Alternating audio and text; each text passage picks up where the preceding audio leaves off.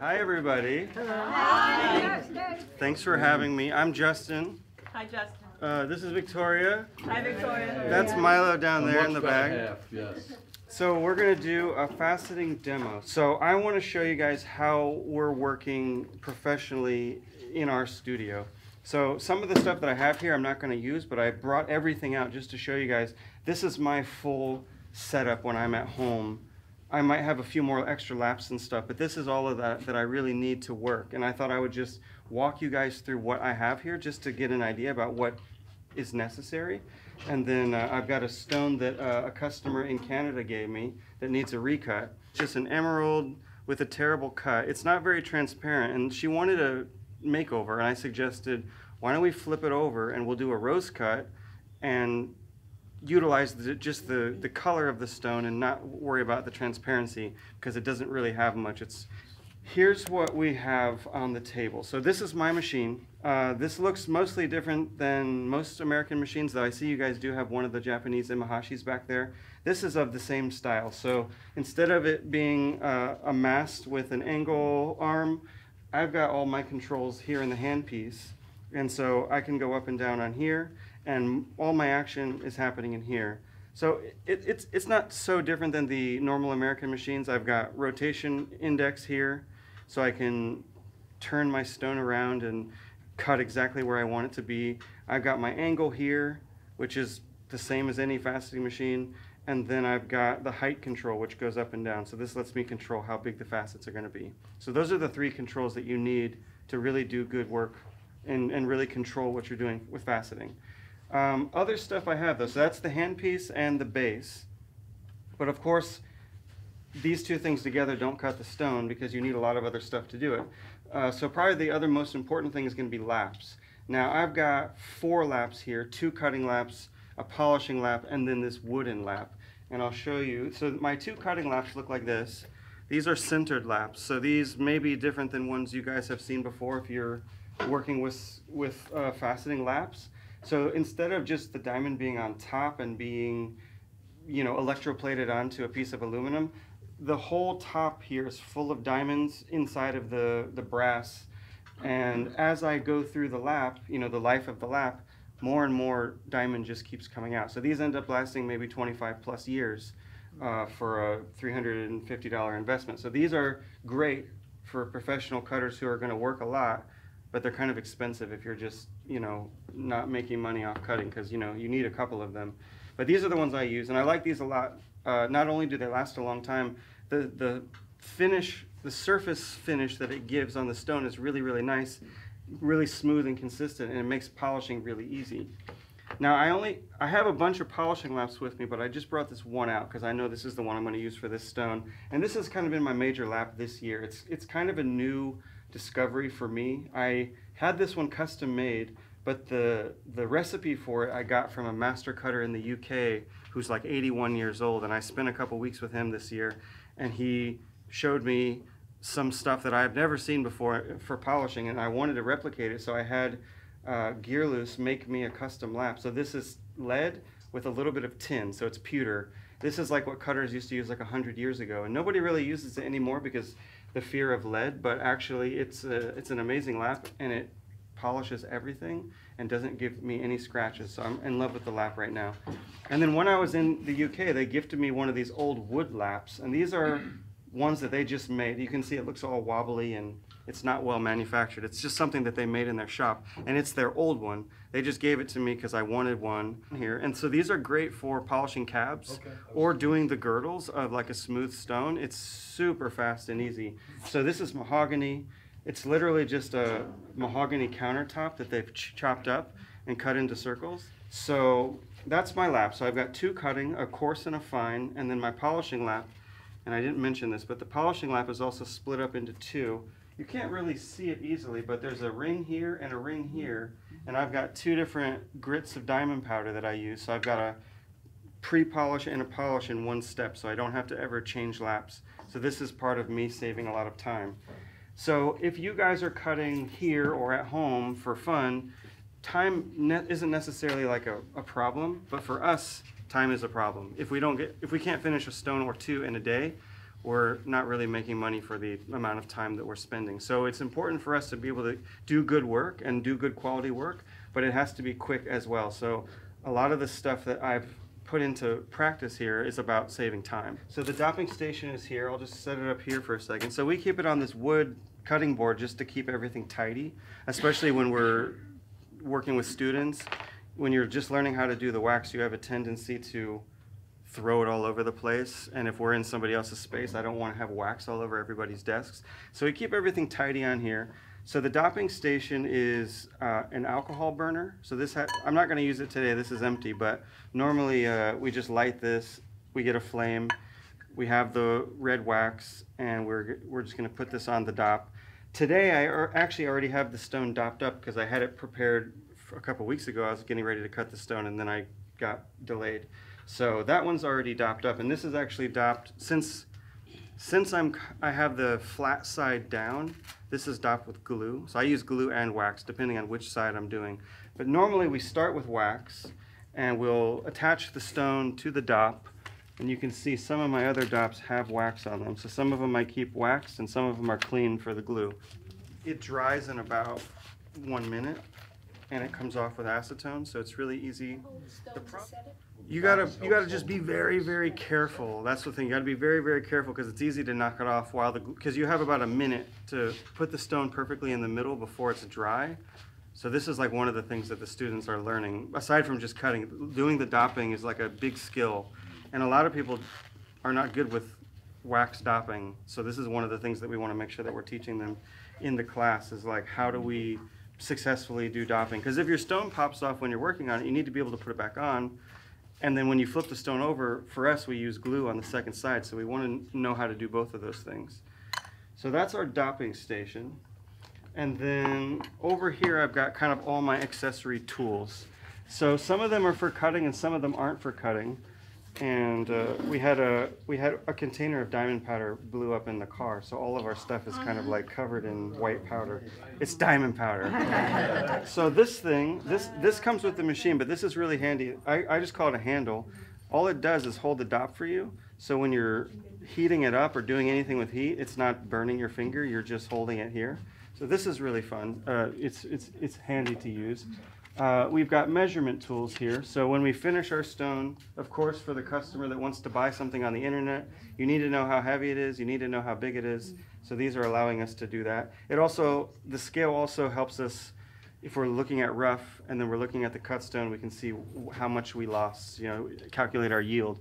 And then we keep track of the yield. So then, for instance, if this customer gives me this stone and they say it's 1.5 carats, how much are you going to lose? I know how much I'm going to lose because I weighed every stone I ever did, and I have an idea about what my average is. What else is here? I've got extra dops, so some of them are flat, some of them are cone dops. What else is here? A couple different magnification tools. So this is my loop. Loop's really important because if you're cutting your facets and you don't have a loop, you really can't see what you're doing. So the loop's really important. But then I have also this loop. This is a measurement loop. So when you look in here, there's a little millimeter gauge, so that, like, for instance, if I'm doing an emerald cut and I want to make sure all 4 corners are exactly the same, I can pick it up and touch the stone right on here and I can measure, okay, this side's 3.2 millimeters. They all need to be 3.2 millimeters or whatever size. So this is really handy for measuring, and the 7-sided stone as well. It's geometrically shaped, so I want all those sides to be exactly the same, so I confirm with that. The wrench, this is just for tightening on the laps. The tweezers, just for getting stuff in and out of the acetone. This is my acetone jar, and we're going to use this at the end of this demo because I'm going to finish the stone, and the acetone is what's going to help take it off. And then I've got a razor blade here, and as you're going to see when I'm doing my polishing lap, I'm cutting the lap with a razor blade to get it more aggressive. This is another thing that we do for speed. But also for the lead lap, it's just so soft that if you don't score it, it doesn't really work. It's too soft. So that's the blade for that. And then screwdriver and Allen wrench just to put it all together. What else is here? So this is my diamond slurry. This is for polishing. So the lap that I had made, it's just a piece of metal. There's no abrasive inside. So then we're making our own diamond slurry. The diamond slurry is made out of this sewing machine oil, which is also exploded in the car, and some little tubes of diamond powder. So this is basically 8,000 grit and 60,000 grit, but they're just labeled in a different way than the normal American system. I think that's everything. The lamp. I've got a water jug down here to catch my wastewater, and a garbage can to drop all these paper towels. So we got this stone. This is, as I said, this is an emerald from my customer. So if I mess this up today, someone's going to be upset. So I have to do a good job. Rough, don't worry. No, it's okay. But I mean, no, she's going to be upset because it's not mine. So I have to do a good job on this. So it's already an oval. It's an emerald oval. And I'm basically taking a regular faceted stone, and I'm flipping it upside down and using the pavilion side. Now it's going to become the top because I'm going to recut it. And then the bottom has some facets, but I think we'll just leave them because they'll go inside of a setting where you won't see it. So I think she will prefer if I just leave the bottom as is.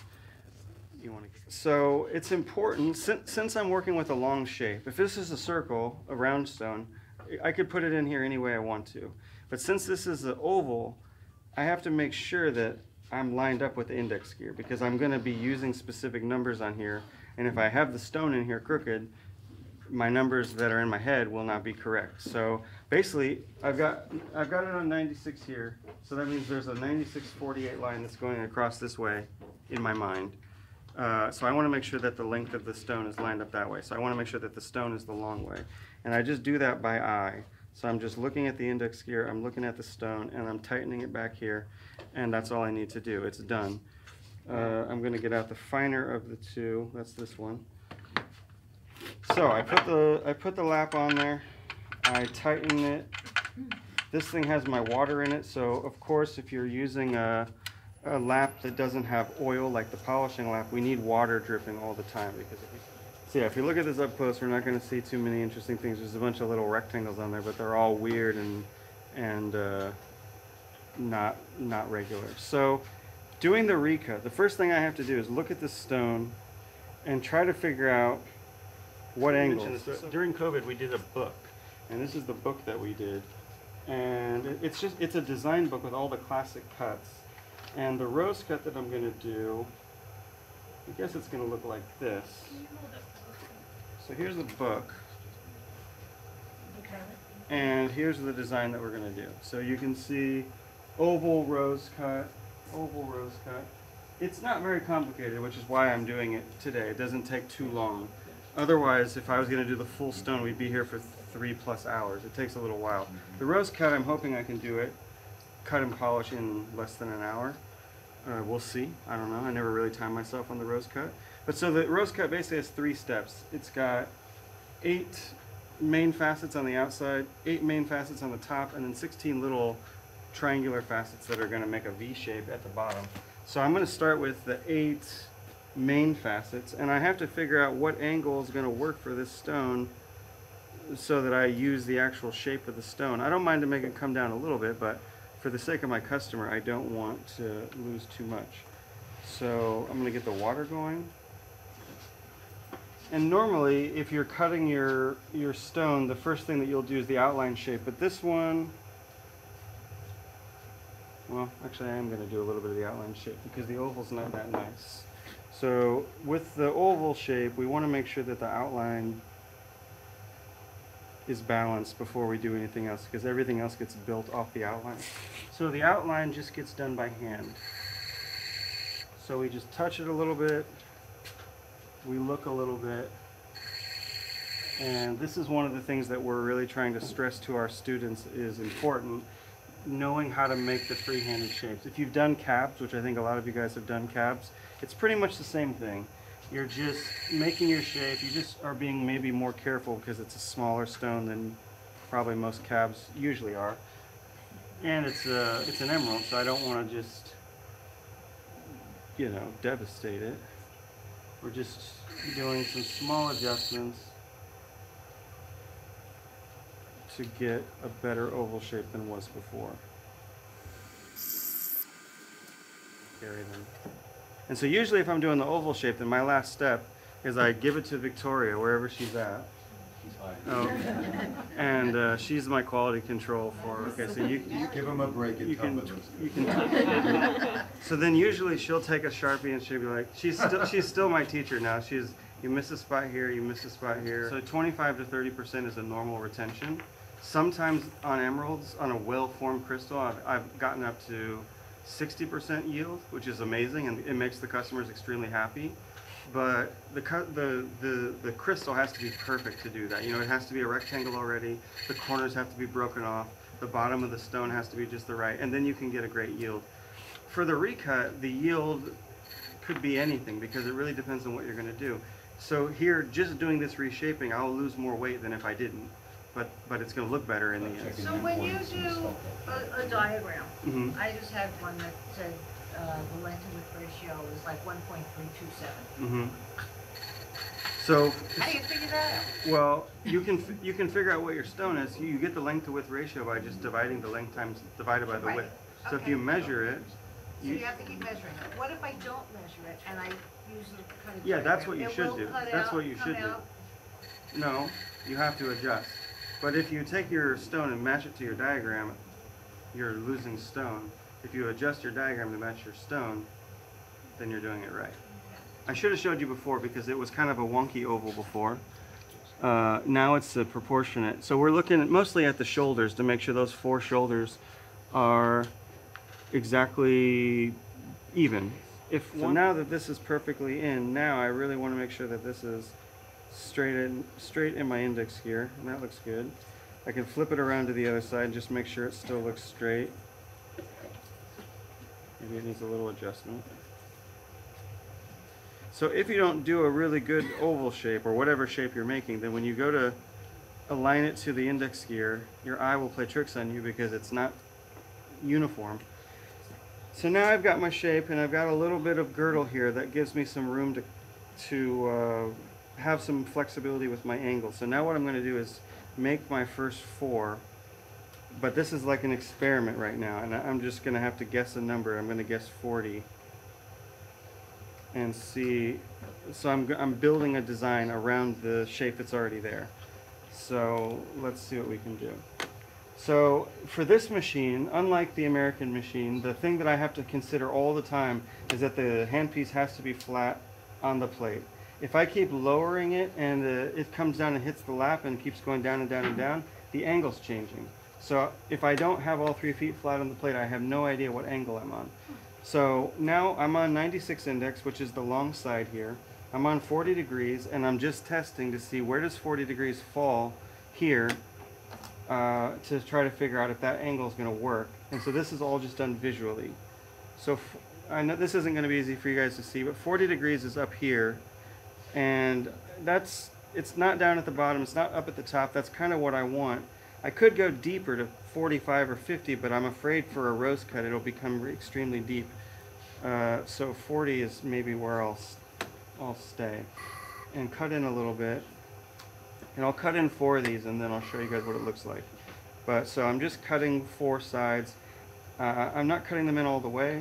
I'm just testing right now. I'm testing to make sure that this angle is going to work. So normally, if I'm improvising a design like this, then what I need to remember is the angle that I cut at, which was 37 degrees. And I'll usually write my index, plus minus 11. So that's my first step. This stone has 3 steps. So 37 degrees, plus and minus 11, so I can remember where my corners are at. Now I'm going to do my break facets. So if I start at 37, maybe 5 degrees deeper, 42 usually gives me good results. And so once you pick your 37, you know your angles are going to be 11? no, the 11 is depending on how long the stone is, and I just tested that to see is plus 11 the right number for the corners. Maybe it could have been plus 10 or plus 9. Depends on how long the stone is, basically. Okay. So that one I kind of just knew because I have done it before. And so now I have to figure out the angles for the breaks, and I think it's 5 degrees deeper than the mains, but I could be wrong. I'm just testing right now, and I'm looking to see how do they fall. I like the rose cuts. Yeah, rose cut is fun. It's a good one to start with, right? Yeah, it's easy. There's not too many facets. You don't have to do transferring. It's actually a pretty, yeah, we've never taught it, but it's actually probably a pretty good student stone. So I'm doing them in sets. So I'll do these two. I'm doing the breaks now, so I'm making the V shape that goes underneath. So I'll do these 2 sets, then I'll do these 2 sets, then I'll do the corners last, because the corners are the hardest ones. And yeah, they can be a little tricky. So 41 degrees was good, and plus 2 so far.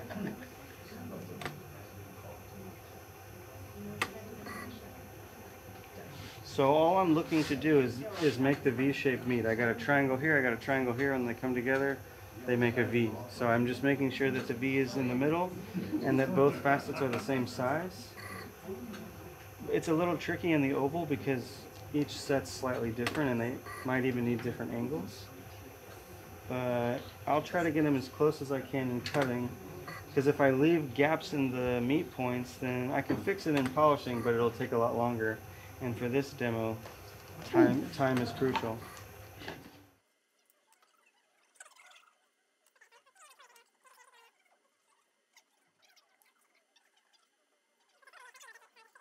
So we made 8 facets, and then each of those 8 has 2 break facets on it.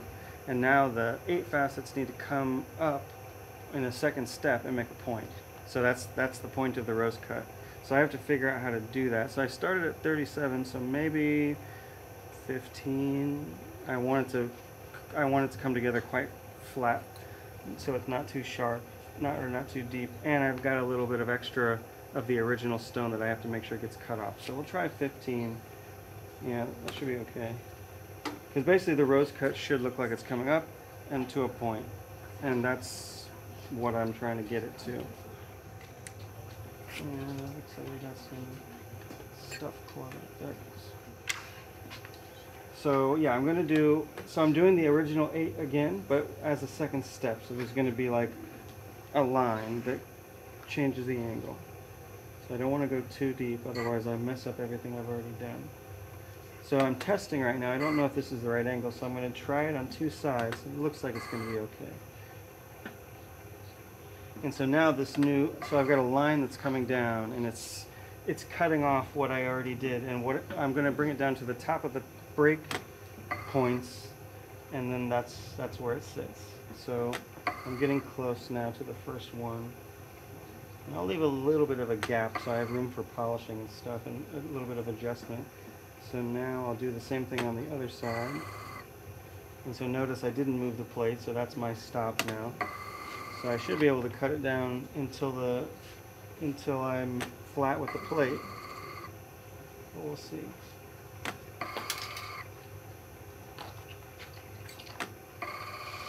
So the tricky thing on the rose cut oval, everything's supposed to come to a point. So I've got this on 17 degrees, and if I make all of them on 17 degrees, they're all going to come up, but there's going to be a line in the middle. They won't come to a point. So the ones on the end have to be longer than the ones on the side. So I have to figure that out as I go as well. And these 2 look pretty good. So if it was a circle, they could all be the 17 and be yeah. fine. So now okay. When you say the end, on the ends of the oval? Yeah, the ends of the oval. So let's see, I'll just make myself another little picture. So now I have to figure out the ends. So the ends have to meet in a point in the middle, and I know they're going to be shallower than that. I'm going to try 10, see what happens. There's got to be a mathematical solution to the problem. Yeah, I You mean, come out with a number. yeah, I mean, to me, I just have an idea about what geometry does when you change the angle, just because I've done it a bunch. So Otherwise, I would do it with the computer, and I would make my diagram first. But if you're doing the recutting, then usually doing it on the computer doesn't make a lot of sense because it's not going to match what your starting point is. You know what I mean? Modify. Yeah, you can make a design, but it doesn't necessarily work with the original stone. Because if I would have made the perfect rose cut design, but then one side's flatter than the other, then the design doesn't work, and I have to then adjust the design. But basically, I'm just adjusting the design in my head as we go.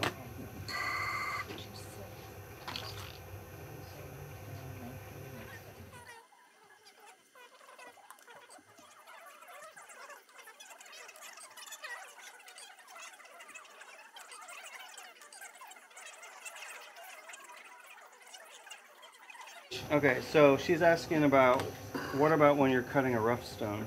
So the rough stone, all the stones have their own challenge, right? The recut has a challenge of you have to work with what's already there and adapt to it. That's one kind of challenge. The rough's a different kind of challenge. You got more flexibility in the rough, but also more chances to make an expensive mistake. So if we're cutting colored stones, usually the most important thing is going to be color. Color is what gives stones value. So for instance, if I gave a cut here that made it look less green somehow, like in a rose cut you can't do that, but in a normal cut, if I gave a cut that made the stone look super, super bright, but it took the green down, even though it's brighter and more brilliant, the value goes down because the value is based on color. Now sometimes in North America it can be different because people here do really like brilliant stones and you could potentially get away with it, but typically less color means less money. So when you're looking at the rough, you have to really look closely and see what is this stone doing. For instance, if this was a rough emerald, I would know that one side of the stone has one color, one side has a different color. Usually it'll be a sort of a bluer green and a yellower green. And the bluer green, whether it's blue green or just grass green, is more valuable than yellow green. Nobody really likes a yellow green. That's not a nice color. So if you make the stone face up yellow green, you've made a mistake. That's an expensive mistake because you might not sell the stone doing that. So It took you 2.5 days to cut the stone. exactly, you feel like you should sell the stone because you put a lot of work into it, but actually you didn't realize and you didn't really know what you were doing. Just checking my notes. So that's the first step. You got to look at the stone. You got to see what's there. Does it have 2 colors? Does it have 3 colors? Does it have 1 color? You know, lots of stones like garnets and spinels just have 1 color. But then if you're doing something like a tanzanite, it has 3 colors, so that becomes more complicated. And yeah, tourmaline. Yeah. So then you're looking at the color, you're looking at the inclusions, you're looking at the shape. So all of that stuff comes into your mind, and you have to figure out what to do. So, you know, if the stone's a rectangle, then you have to orient it towards one of the sides of the rectangle. If the stone is a sort of a rounder type thing, like most of the time when you see sapphires, they're tumbled in the river.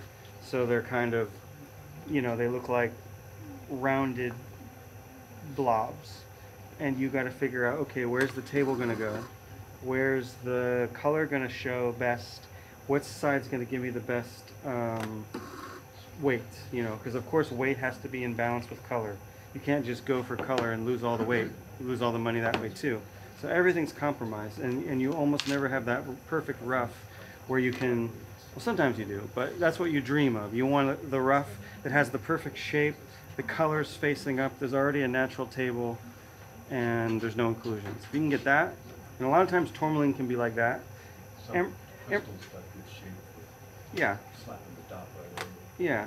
So sometimes with the perfect emerald crystal, yeah, I don't even do a preforming step. I just dop the rough stone. And you get those crazy good yields. Yeah, that's how you get the good yields. Yield, But nice but square emerald cut. yeah, but usually you can't do that. It's just the material won't let you do that.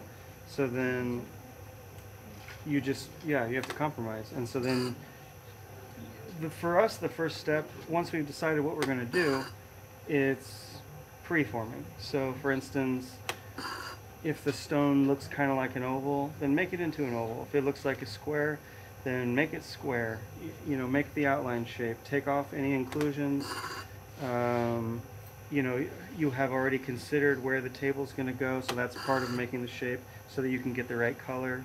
Because again, if you make a mistake in that decision, then you potentially have just lost all the money that you were supposed to make.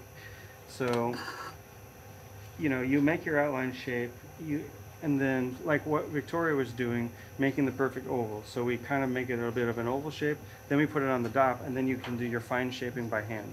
That's our first step. Okay. And then once you have an oval or a square or a triangle or round or whatever it's going to be, then it's easy after that. You just follow the shape that you made, whether it's a brilliant or a step cut or a mixed cut or a Portuguese cut or some crazy cut off facetingdiagrams.org that you found, or a competition design. You know, you're just going to follow the shape that you made and keep everything in balance. And yeah, that's pretty much, I guess, how you would approach rough. The best thing that you would like to do is get the most out of the stone. So you don't want to lose too much weight, you don't want to lose too much color, you want the stone to be pretty. Sometimes you can't have all those things. You know, in this case, this stone will have a nice shape, will have a nice color. It will be pretty, but it won't be as pretty as some other emerald, you know what I mean? Because of its inclusions, it just can't be, its polish can't be as good because there's a like surface, like when I'm looking in the loop, I'm seeing surface reaching inclusions on every facet. They're really small, but they're there. And that's not, that means that this emerald just has so many inclusions in it. Making it like cloudy, so to speak? Yeah, yeah. So, okay, where am I at here? I forgot a couple facets. So I'm just doing my breaks. I got 3 sets of 8 done. And I forgot one set here. So let me finish these and I'll show you guys what it's looking like. And so yeah, it looks like this is going to not take very long because the facets are coming in quick. And if you look closely at what I'm doing, every time I pick it up, I'm doing little adjustments here. This is helping me change my angle just a little bit to make my meet points go well. If I just leave it where it's at and I just polish the facets as they are, some of them need little adjustments, and I can't just let it sit like that. So if I needed it to go a little bit wide, if the triangle needs to get a little bit wider, I can lower the plate. If it needs to get a little bit narrower, I can raise up the plate. So as I'm polishing, I'm changing the geometry at the same time. And this is kind of like I would say it's like an advanced skill. It's something that I didn't used to be able to do, and I just learned it from, you know, from doing it over and over again. And then eventually you just start to understand the mechanics of what you're doing, and then it becomes second nature, and I don't even have to think about it. I just see, okay, this facet needs to get bigger, go down a little bit. This facet needs to get taller, go up a little bit. How long did it take you to get to that level? A couple of years, I think. Yeah. How many stones later is a better question. I don't know, hundreds. Oh yeah? Probably hundreds, yeah. So, But now you know the secret, it's not gonna take you. what is it that it only takes a few seconds on the wheel? Is it the quality of the stone? Experience and Well, trial and it's error. more Or you know, the lap? You mean to get the good polish? Yeah. Some of it has to do with the material of the lap, how I've set it up with the diamond powder, how I've scored it, And the speed? the speed. Yeah, I mean the speed can vary. I will change the speed if I'm having polishing issues, but I'm keeping it faster than I normally do, and it's going just fine. Do you go slow for soft? Yeah, or if, a lot of times on emeralds I will go slower, but since this one's not, I don't know, it's not super fine, it doesn't really need it necessarily. Have you ever broken an emerald? No, actually no, I never, I don't think I never broke a stone. No? Okay, that's one corner done. So the hardest part here is talking to you guys and counting. I don't want to do the wrong thing. I'm pretty we can talk amongst ourselves. No, it's like it's fun to talk. I just have to make sure that I also don't make a mistake at the same time. Okay, so these are almost done here. And so I'm just trying to be very cautious. I don't want to overcut. I don't want any facet to get too big and overlap its neighbor. So you're manufacturing these machines in the States yet, or just over in Thailand? No, these are coming from Sri Lanka, and we don't make them. We just buy them. We work with the company, but we're not affiliated with them. We just know them. What is the cost of the machines? There's two models. This one is $1,800, and there's another one that doesn't have the speed controller that's like $1,300. So, and then you can even save another $100 without having the cheater.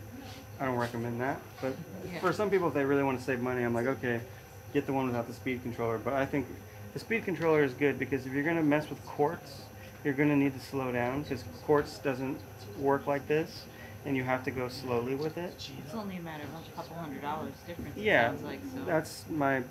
That's my thought as You're well. gonna invest If you're already going to go yeah. to 1,300, just save another month or whatever and get the other one because I assume I'll have this one for the rest of my life.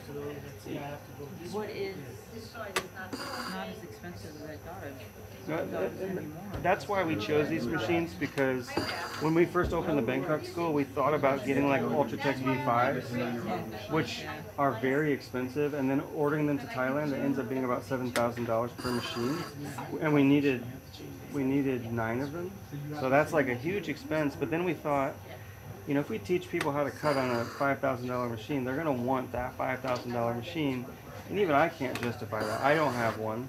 I have one of these. Yeah, so it makes it really affordable for everybody.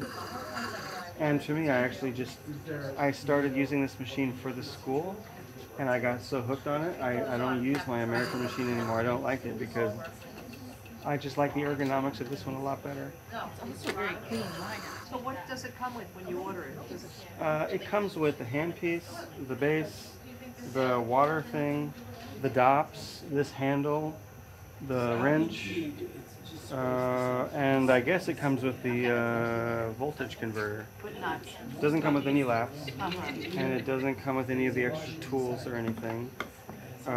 We actually started selling a kit for the students now that has basically everything here and some of the cutting laps, but not all these ones.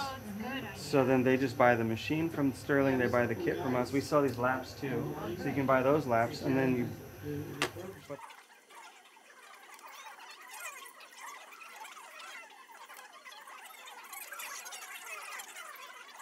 Yeah, I was up there on a New Year's Eve once, and they have like horse and buggy rides in the center of town. It's snowing. They have bonfires. The kids are having marshmallows. It was just like so alcohol based. You know, I'm going to do on the emerald. So here's how I polish the girdle. It's the same way that we cut it. So I'm just going to... You want more light? Yes, for you. So to polish the girdle, just like cutting it, just going to go around, and Just like you polish your girdle like this. yeah, and just check it. And the lead lap being so soft is pretty good for this because you can kind of push into it a little bit.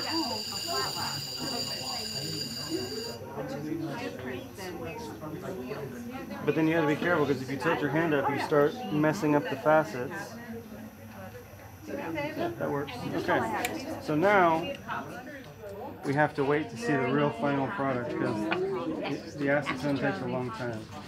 And that'll take it off the top. Yeah. Normally I would just heat it and show you guys in 5 seconds, but this takes like an hour. So maybe we're gonna, I don't know, have a cookout and then see. Well, we have some cookies, we have bagels. Yeah, we can hang out.